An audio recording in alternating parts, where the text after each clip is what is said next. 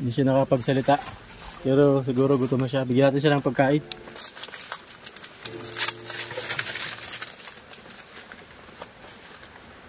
Ayan. Matagal na nahulog yan dyan. Ayan yung kumain.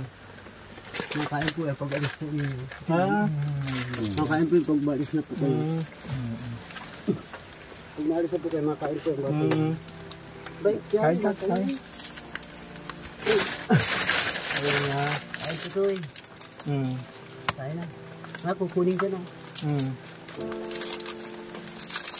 Ayan yun. Kain na ito. Sige na ito, kain mo na. Gusto mo? Ay, ang gusto mo. Ito. Buksan natin, bubuksan. Buksan natin. Ayan yung ito.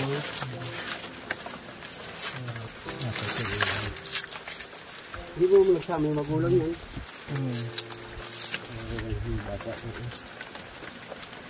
Lalagay dito. Lalagay ito lang dito sa lagayan.